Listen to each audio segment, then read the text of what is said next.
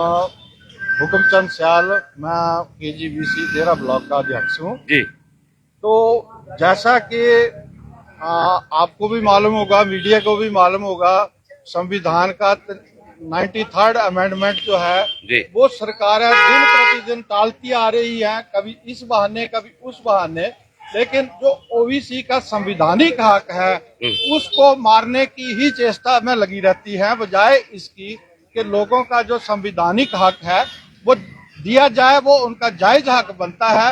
ना कहीं शिक्षण संस्थान में हमारी पूरी जो हमारा संविधानिक हक है वो लागू हो रहा है, ना कहीं हमें नौकरियों में पूरा आरक्षण मिल रहा है। आपने जो 20 सूत्रीय मांग पत्र दिया है उसको हमने पढ़ा है, इस मांगों को पढ़ा है। मेरा सवाल आपसे ये है कि एक लंबा समय हो गया है, एक लंबे अरसे से ये लड़ाई आप लोग लड़ रहे हैं। ऐसी क्या वजह रही कि 1990 में मंडल कमीशन की सिफारिशें लागू होती हैं और आप 2025 में इस आंदोलन को सड़कों पे लड़ रहे हैं? मतलब 35 साल के अरसे के बावजूद आप अपने न्याय की लड़ाई लड़ रहे हैं। ऐसी क्या वजह रही? वजह ये रही कि हम हर बार हम राजनीतिक दलों की ठगी का शिकार होते आए हैं। कभी एक दल ने दिलासा दिया, हम उसके भरोसे हो गए।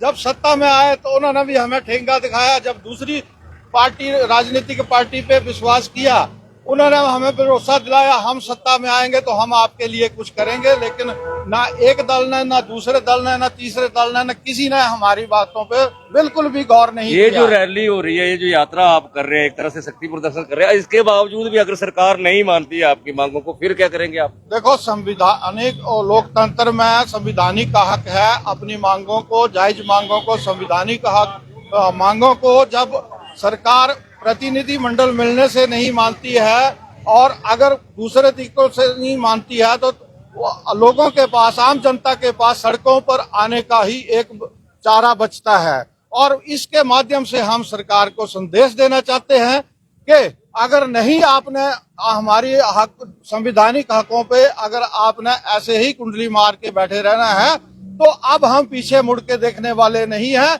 हम दो हाथ करने के लिए तैयार हैं, चाहे हमें तीसरे मोर्चे की शरण लेनी पड़े, तीसरा मोर्चे का गठन करना पड़े, जनता उसके लिए भी तैयार है। तो आप सुन रहे हैं कि जो KGBC के नेता हैं वो ये कह रहे हैं कि इस बार की जो लड़ाई है वो आर पार की लड़ाई है और इस बार हम अपना हक लेके रहेंगे और हक नहीं मिलेंगे तो तीसरे मोर्चे की जो बात कर रहे हैं तो एक तरह से राजनीतिक उसकी बात कर रहे हैं कि सत्ता को चैलेंज करेंगे और अपने लोगों को जिता के लाएंगे ताकि वो हक को आपके दिला सके। सर देखिए, हमें इस लड़ाई को राजनीतिक इसलिए बनाना पड़ रहा है क्योंकि हमारे जो वर्तमान में राजनीतिक दल हैं वो कोई भी हमारी मांग को मानने के लिए संजीदा नहीं है। जब वोट आते हैं तो हर कोई हमें लुभावने वो सब्ज बाग दिखाता है कि हम ये कर देंगे, हम वो कर देंगे, आपका जायज हक है, संविधानिक हक है, कानूनी हक है। लेकिन जब सरकार में बैठ जाते हैं तो सब भूल जाते हैं। और जब ऐसा बार बार होता है, एक बार की बात नहीं है, जब हमने देख लिया, बहुत अरसा हुआ। पहले तो देखिए, सन 1947 में भारत आजाद हुआ, 1953 में पहले OBC कमीशन बना, लेकिन 47 साल तक वो OBC कमीशन की रिकमेंडेशन जब वो धूल फांकती रही नेशनल लेवल पे। जब वो 43 साल के बाद अगर लागू, मतलब उसमें दूसरा मंडल कमीशन बना, उसने वो की भी अपनी रिकमेंडेशन दी भी, तो उसमें केंद्र सरकार ने तो थोड़ा बहुत लागू कर भी दिया, लेकिन प्रदेश सरकार ने उसको आधा पचाधा लागू किया, जिससे कि क्लास 3 और क्लास 4 में हमें थोड़ा बहुत लाभ मिला, लेकिन क्लास 1 और 2 में अभी भी हमें कोई लाभ नहीं मिला। शिक्षण संस्थानों में हमें कोई लाभ नहीं मिला।